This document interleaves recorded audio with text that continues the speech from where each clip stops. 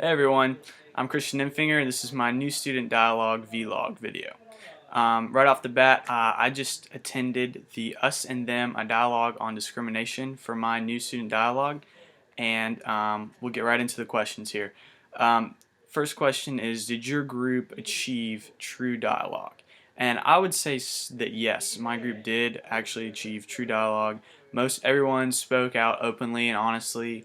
At the beginning, we had an icebreaker, and everyone mentioned their name, where they were from, a fun fact about themselves, and then we went right into our topics about discrimination.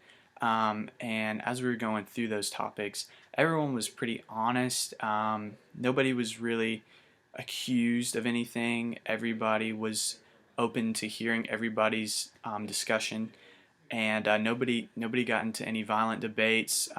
Nobody disagreed with anybody that harshly. And so the second question is, were there active voices in dialogue? And yeah, I can think of two examples right off the bat. There was a group of Indian men that were in my group, and they right off the bat said that they did feel like they were in the them category. Us and them, we described that there are two different categories that you can feel that you are part of. Being in a social group or being in a different race or even age.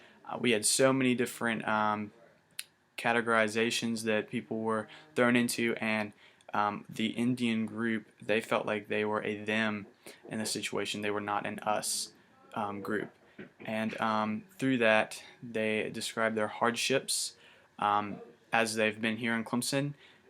But they said for the most part that everybody was pretty open to them, but it was harder to connect to people because there was that barrier and the language barrier.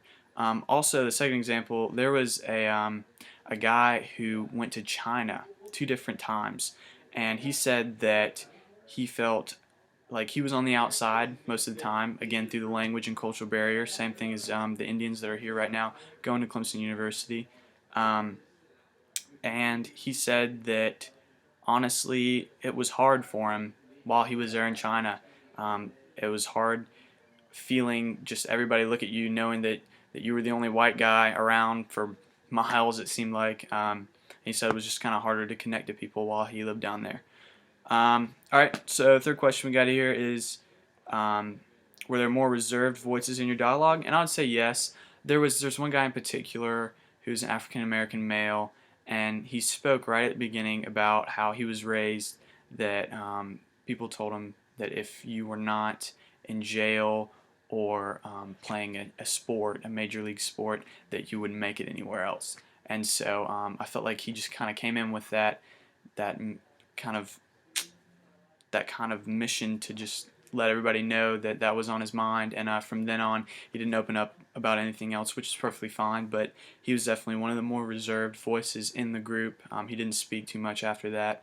Also, there were just guys who flat out they didn't speak at all, and we had one female in our group, and she spoke a couple times, so that was nice to hear because everybody else in the group was a male. So 29 guys and one girl. I did want to hear her opinion on some of the matters that we were talking about. Um, Also, what role did I play? In my dialogue, I pretty much just openly talked and stated that I really don't feel discriminated at Clemson. Also, that could be because the majority of people here in Clemson are white, and I'm a male. I know that sometimes helps. Hearing the female in our group talk about her discriminatory issues, I know that sometimes being a male can benefit you in life, and I honestly haven't felt too discriminated here at Clemson. Um, so that was very interesting to hear everybody else's kind of take on um, how they felt discriminated being here on the campus. Um, I did, however, though, share that I did feel like an outsider whenever I traveled out of the country. I went to Europe this past summer, and again, I was, my family and I, we were the only white people for, miles and miles, like I said earlier, and it was pretty challenging getting to talk to people around the area, just trying to, find a common thread in each other. It was very hard. Asking for directions was a big challenge.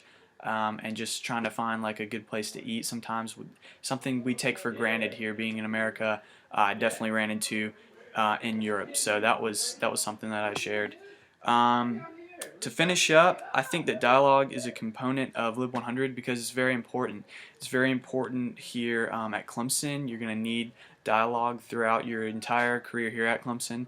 And whenever you graduate and go into the real world, you're going to need dialogue in your careers and your personal life and even outside of your personal life. I believe dialogue's all around us, and it will be all around us, until we pass away. And I do believe that it is a useful tool in our university, and I will continue to try to improve my dialogue skills as I continue my career here at Clemson. Thanks very much, and I hope you all have a great day. Bye.